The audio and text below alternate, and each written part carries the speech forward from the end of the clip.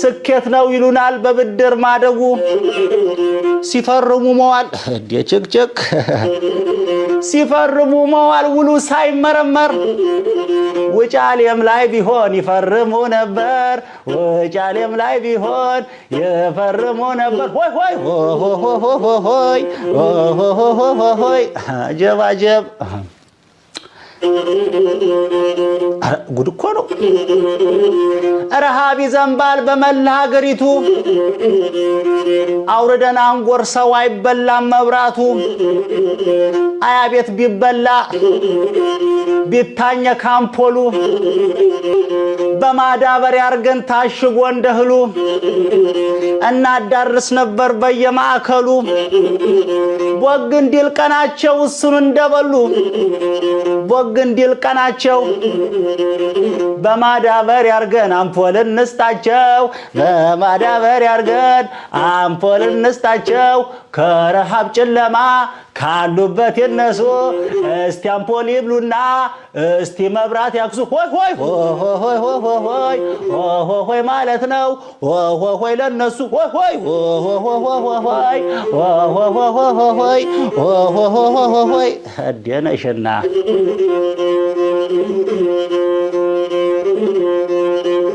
አቤት ተባለች አሉ አገሬች ሶማሌላንድ ተባለች አሉ አገሬች ሶማሌላንድ ደስታዋን ገለጸች ባንዳፍ አለች ካንዳንድ እኔም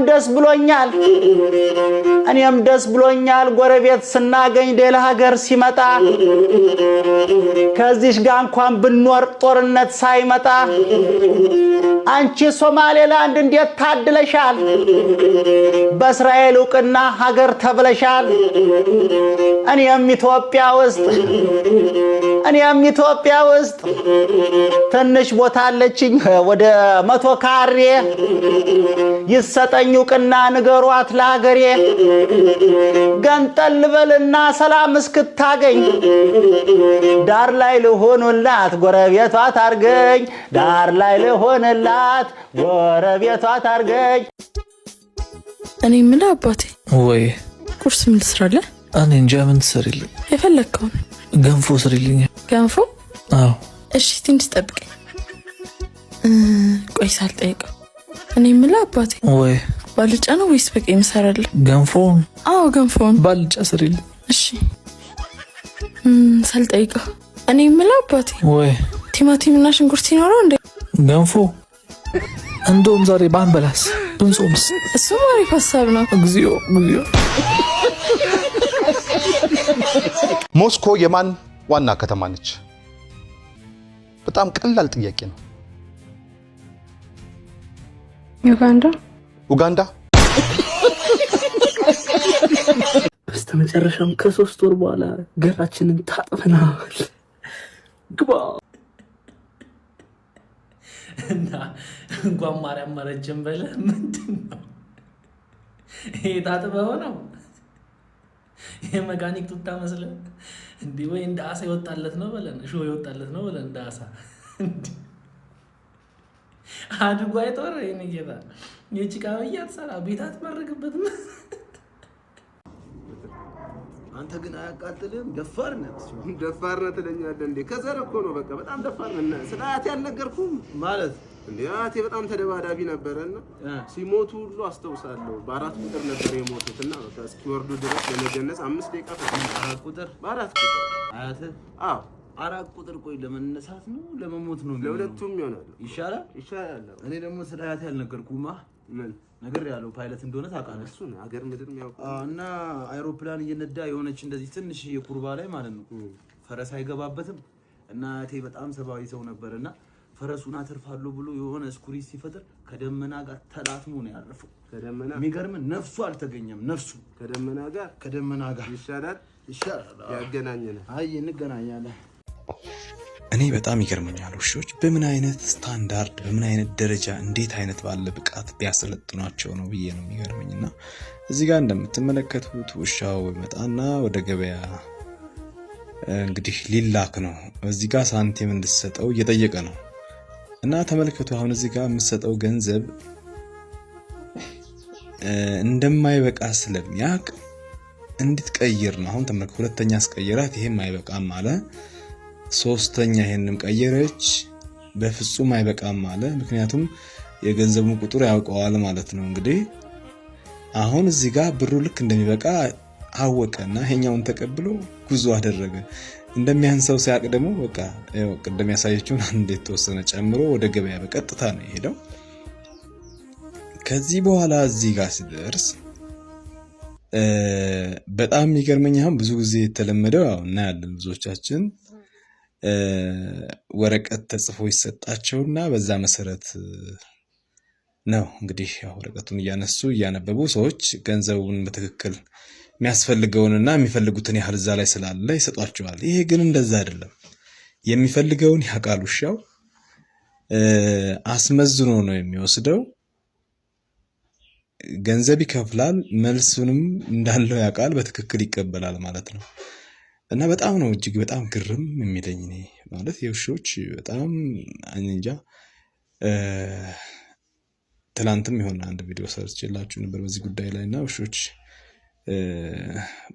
አደጋ ሲደርስ ወይም ደግሞ ለምሳሌ መሬት መንቀጥቀጥ ቢኖር ጎርፍ ከሩቅ ቦታ እየመጣ ከሆነ እዛ አካባቢ ላይ አጥለቅልቅ እንደሚችል ቀድመው ያውቃሉ። የመሬት መሰንጠቅ ካለ ይህንንም ቀድመው በሽታ ይሁን ብቻ አላቅም። ይሄ በዚህ ነገር ላይ እንግዲህ ባለፈው እንዳልኳችሁ በአሐዱ ሬዲዮ 94.3 ላይ በተለይም ደግሞ መምህርና ጋዜጠኛ አብይ ይልማ በሳዲስ ፕሮግራሙ ላይ በጣም ረጅም ትንታኔ ሲሰጥበት ሰምቻለሁኝና ውሾች እጅግ በጣም ጥልቅ ነገር ያላቸውና እኔ በጣም ነው የሚገርመኝ።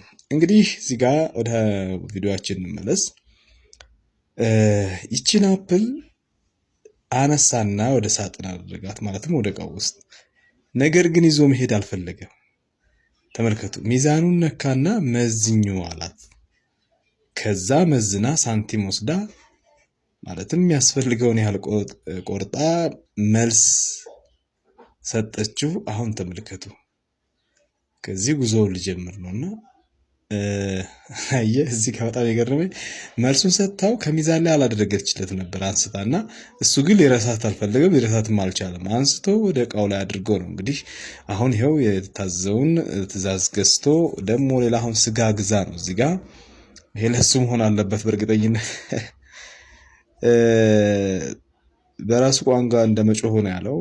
ከዛ ገንዘብ ካላመጣህ ነው ጥያቄው። ከዛ ጎንበስ ብሎ ከተረፈችው ገንዘብ ስለነበረ እሷን አንስቶ ሰጠ። ከዛም ተጠቅልሎ ተመዝኖ ተሰጠው። በቀጥታ ግብይቱን አከናውኖ ወደ ቤት ይመለሳል። እና እኔ በጣም ነው የሚገርመኝ። እኛ እኮ ዓለም ላይ የሰው ልጆችም እኮ ያልሰለጠኑ ስንት ነው። ምክንያቱም አሁን ስልክ ቁጥር እንኳን መያዝ አቅቶናል። በፊት እንኳን ብዙ ነገሮች ይያዙ ነበር አባቶች መዝሙረ ዳዊትን፣ እናቶችም ሳይቀሩ 150 ክፍሉን በቃላቸው እያነበነቡ ይችሉ ነበር። እኛ አሁን ስልክ ቁጥር እንኳን 10 ዲጂት መያዝ አቅቶ ያዝልኝ እስቲ ማን ስልክ አለ የሆነ ስክሪፕቱ አለ ማለት ጀምራል። እና እንስሶች ውሾች በዚህ ልክ ማስተዋል ሲኖራቸው በጣም ነው የገረመኝ። እናንተስ ምን ትላላችሁ? እስኪ በኮሜንት ሐሳባችሁን ሲኦል መግባታቸውን እርግጠኛ የሆኑ ግለሰቦች የግል ገነት መገንባት ጀመሩ። ግንባታው እንደተጠናቀቀ ለሁሉም ኃጢአተኞች ክፍት እንደሚሆን የሚጠበቀው ሰው ሰራሽ ገነት በውስጡ የእንባ ፏፏቴና የዋይ ዋይ ፕሮጀክትን አካቷል ተብሏል። ግንባታውን ለመጨረስ 666 ቀናት የሚፈጅ ሲሆን የመጨረሻው ዘመን ሳይደርስ ሊጨርሱን እየሰሩ ነው። ጨርሻለሁ። የምን በቃ ጨርሻለሁ። በቃ ወጥቻለሁ። በቃ ወጥቻለሁ። እሺ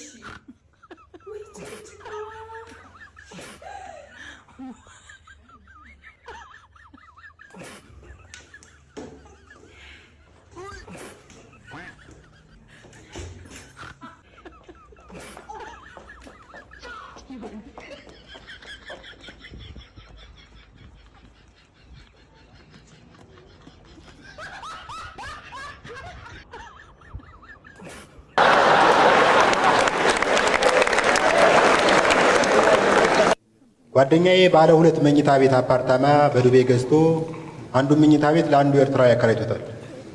ኤርትራዊ ሲገባ ለ3 ወር ቆይቼ እወጣለሁ የራሴን ቤት እከራያለሁ ብሎ ነበር። 3 ወሩ ሲያልቅ አልወጣም። ጭራሽ አንዲት የጅቡቲ ሴት ጠብሶ ማመላለስ ጀመረ። ብቻ ቤቱን ባንዴ የአፍሪካ ቀንድ አደረገው። በየነ ሰውየውን ሊያባረረው ፈለገ። ግን ቅልህን፣ ጨርቅህን፣ ክራርህን ደጋግመህ ውጣልኝ ሊለው ፈልጎ አልቻለም። አሜሪካ ሀገር የተከራይ መብት ካከራይ እኩል ያለው መፍትሄ አሜሪካ ሕግ የማይባንንበት ጫና መፍጠር ነው። አንድ ቀን ከምኝታዬ ተነስቼ ሳሎን ውስጥ ባለው የምግብ ጠረጴዛ ላይ ተመቻቸው። በየነ ከፍሪጅ ቆንጆ ፍርፍር አወጣ። ቁርስ እንደጨረስን እንዲህ ባለሙያ አትመስለኝም ነበር አልኩት። ቁርስ ማቀራረብ ላይ እንጂ መስራት ላይ እምብዛም ነኝ። አሁን የበላኸው ተከራዩ ልጅ አጽብሃ ለራሱ ሰርቶ ያስቀመጠው ቁርስ ነው። ኧረ በእናትህ ይደብራል ስለው ሰውየውን አማርሬ ለማስወጣት በማደርገው ጥረት ውስጥ ተሳታፊ በመሆን ደስ ሊል ይገባል። ከዚህ በማስቀጠል ደግሞ ማድረቂያ ማሽን ውስጥ ትቶት የሄደውን ቱታ ትለብሳለህ። እኔ እንዲህ አይነት ችግር የለብኝም። የምኖረው አፓርትመንት ተከራይቼ ነው። በእርግጥ የህንፃው ባለቤት በቅርቡ ከቤቴ ግድግዳ አጠገብ ሌላ ህንፃ ማስገንባት ጀምሯል እና ህንፃው እስኪጠናቀቅ ፕራይቬሲ ከሚባለው ጋር ተፋትቻለሁ። የሚገርማችሁ እኔ ሽንት ቤት ተቀምጬ ዘና እያልሁ በጎራባችን ህንፃ የሚሰራው አናጢ በመስኮት ቁልቁል እያየኝ በውቄ እንዴት ነው ጥሩ እየሄደልህ ነው?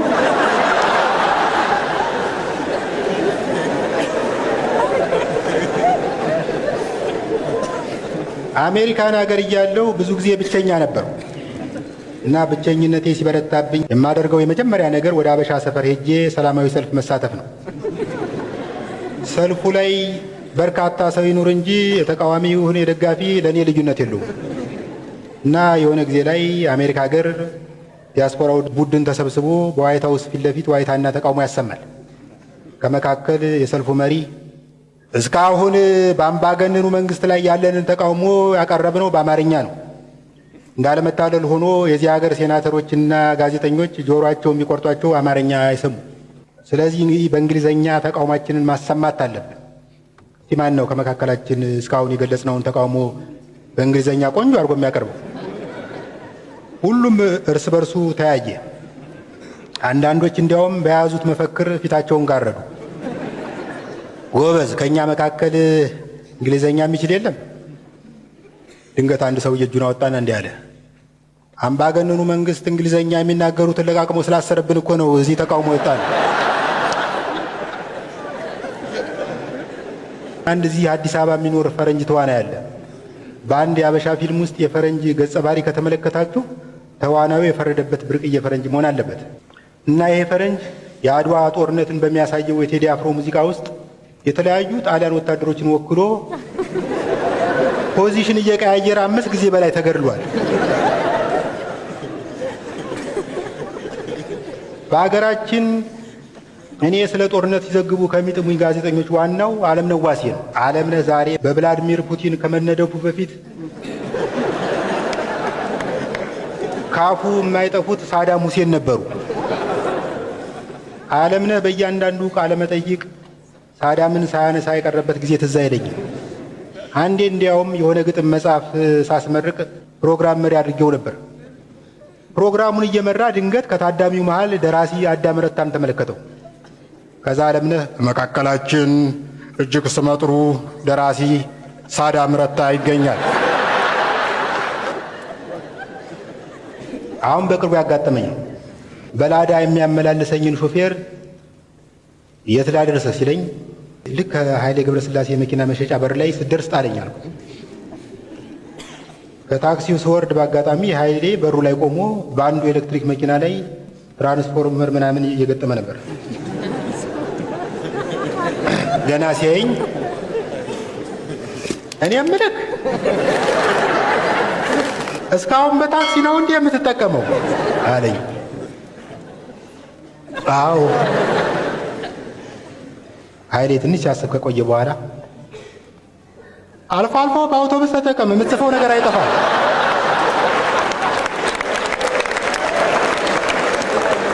በጣም አመሰግናለሁ።